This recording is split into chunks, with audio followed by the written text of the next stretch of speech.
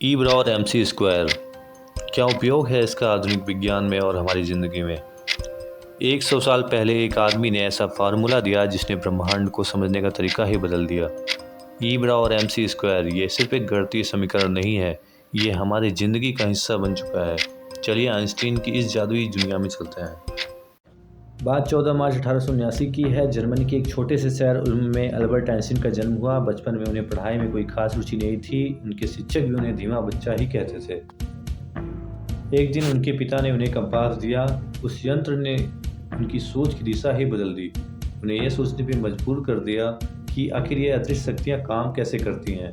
Einstein ने अपनी शिक्षा पूरी की, लेकिन उन्हें नौकरी पाने में काफ़ी संघर्ष करना पड़ा। बेरोजगारी के दिनों ने उन्होंने अपने विचार को कागज पे उतार दिया था। 1905 में जैसे ही चमत्कारिक वर्ष कहा जाता है, आइंस्टीन ने अपने 4 महत्वपूर्ण शोध प्रकाशित किए, जिनमें से एक था सापेक्षता का सिद्धांत, जिसने समय और स्थान की हमारी समझ को और बदल दिया था। 1921 में आइंस्टीन को उनके फोटो इलेक्ट्रिक प्रभाव के सिद्धांत के लिए नोबेल पुरस्कार से सम्मानित किया गया।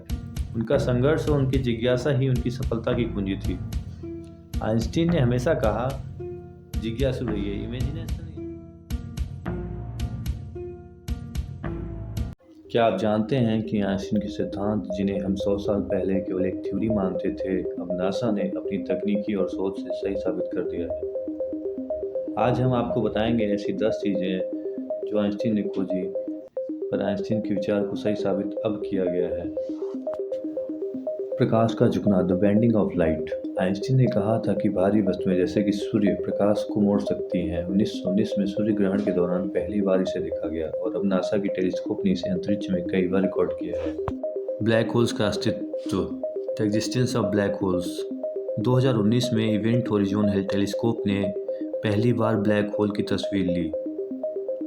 ब्लैक होल्स का विचार आइंस्टीन के समान अपेक्षिता सिद्धांत से आया है, जो इनकी थ्योरी को सच साबित करती है। थर्ड है ग्रेविटेशनल वेव्स। आइंस्टीन ने 1916 में कहा था, ब्रह्मांड में बड़े बदलाव ग्रेविटेशनल वेव्स पैदा करते हैं। 2016 में लीगो ने इन्हें पहली बार रिकॉर्ड किया जब 2 ब्लैक होल आपस में टकराए। फोर्थ है जीपीएस और रिलेटिविटी। जीपीएस की सटीकता आइंस्टीन के सिद्धांत पर निर्भर करती है।